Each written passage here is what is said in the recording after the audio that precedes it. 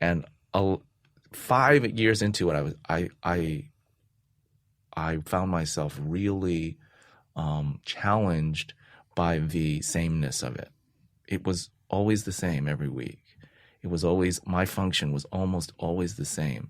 I was always coming in and they were always asking me questions, and I was always saying this. It was really procedural. Show, right? Yeah.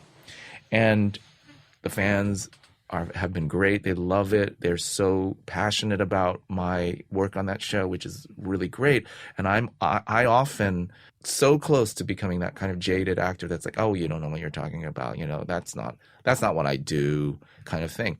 So halfway through it, I started to really doubt that I was in the right place. And for the second half of the whole thing, I constantly wanted to figure out something else to do.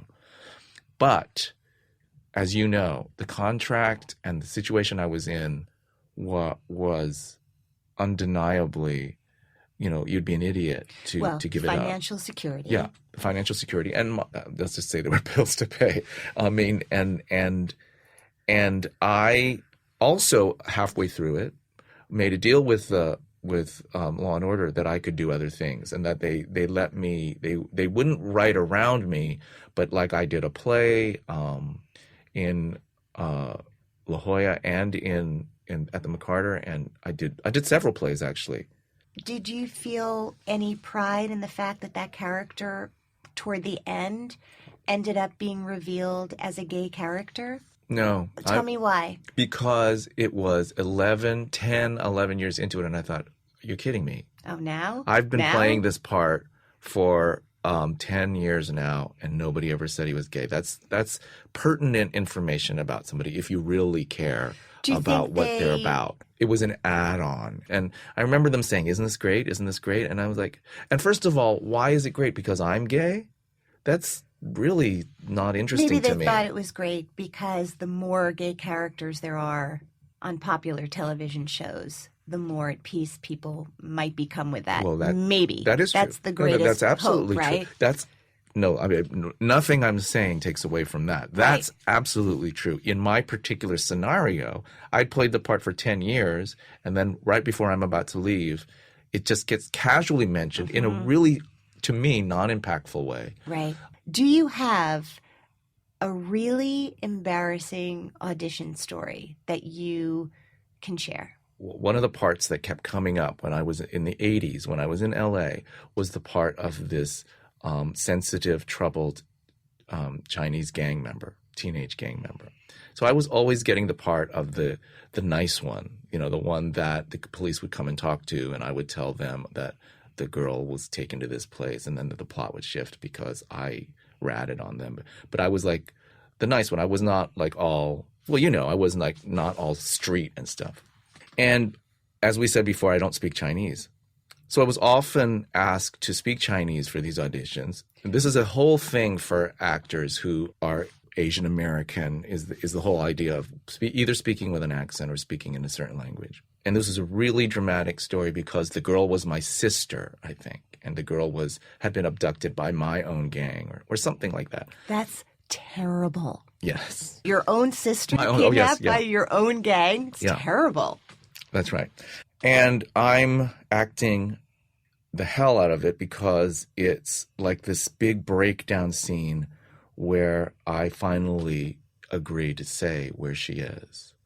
And I'm afraid, because I don't speak Chinese, that I don't remember what the Chinese words were.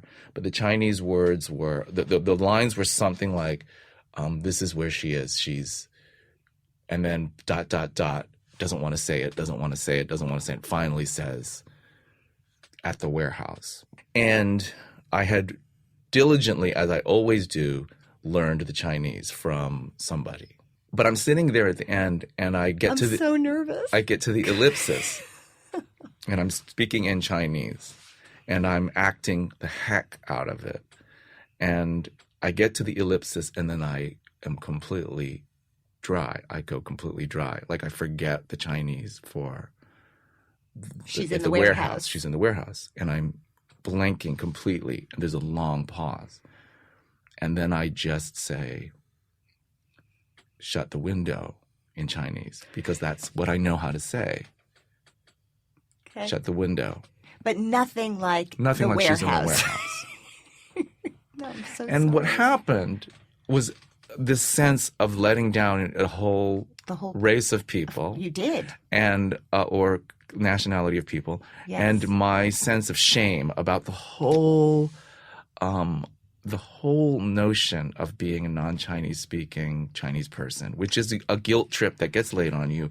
You know, it's like not being bar mitzvahed. And older Chinese people can be really rather hard on you about it. You know, like, oh, shame on you. They will say, shame on you. Oh, you don't speak Chinese. Shame on you. You don't speak Chinese? Shame on I you. can say, open the window. Yes, exactly. Hello.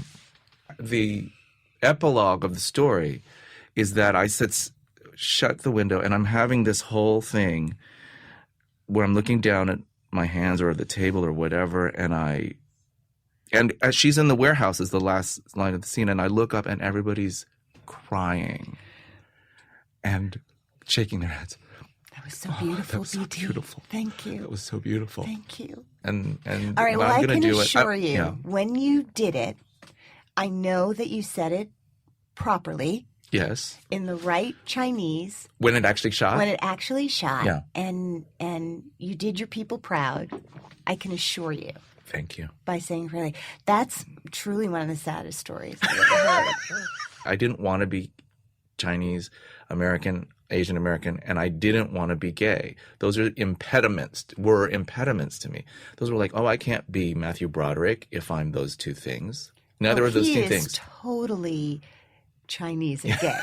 So first of all, Exactly, but he was for me at the time, totally the for model. our generation, of Yeah. course. And I tell them all at the college, if somebody would have given me $150,000, I would have had an operation, you know, to try to change myself, to turn myself into, if there was such a thing as an operation could even do, Right. I would have done it because I felt that way so strongly about what I wanted to do and so strongly about how clearly panicked I was that I wasn't these things. Well, thank God you didn't. Yes. Thank God you Yeah. didn't. Yeah. And now you have a son. And now I have a son. And processing all of this is really interesting, thinking about him, because he has none of the same thing that I had. No. And it's clear when I talk to him and when he talks about things that he's kind of a what's the big deal about that kind of guy in certain ways. First of all, my son has gay parents. Mm-hmm. So you realize that the lens that he sees the world through is through the lens of having gay parents. So, of course, there's nothing wrong with having gay parents at that point. So there's no, it's not a big deal for anybody to have, for any gay people that he sees around him to have kids. No. It's not a big deal. Why would it be? And that is very reassuring and heartwarming. There's one thing that I wanted to do before we leave, and I want to see if we can get it right now. No. Okay? Are you ready? Come on. First of all, I'm going to say I know what it is, and you didn't even tell me what this was going to be before, but you're not going to get it right. Okay. Okay. You start. It's having a sister. You start. Okay. Well, no, wait a second. Happiness is No, that's not the right key. having a sister. Sharing a sandwich. Getting along. Getting along. Okay, you want to do it one more time? You start. Get it in the right key. Happiness is having a sister. Sharing a sandwich. Getting- Getting along. How many performances do we do? Getting And then- along. Happiness is being alone every now. The whole reason for this whole and podcast is so you can be doing this. And I'm telling happiness is. coming home again. Thank you, BD Wong. This was the best 7 hours of my life. Clouds can make the wind blow, bugs can make the grass grow. So, there you go. These are little known facts that now you know. Hey, I'm Alana Levine. Thank you for listening. Please don't forget to rate and review our show in the iTunes show page. Little Known Facts is recorded at the Hangar Studios in New York City.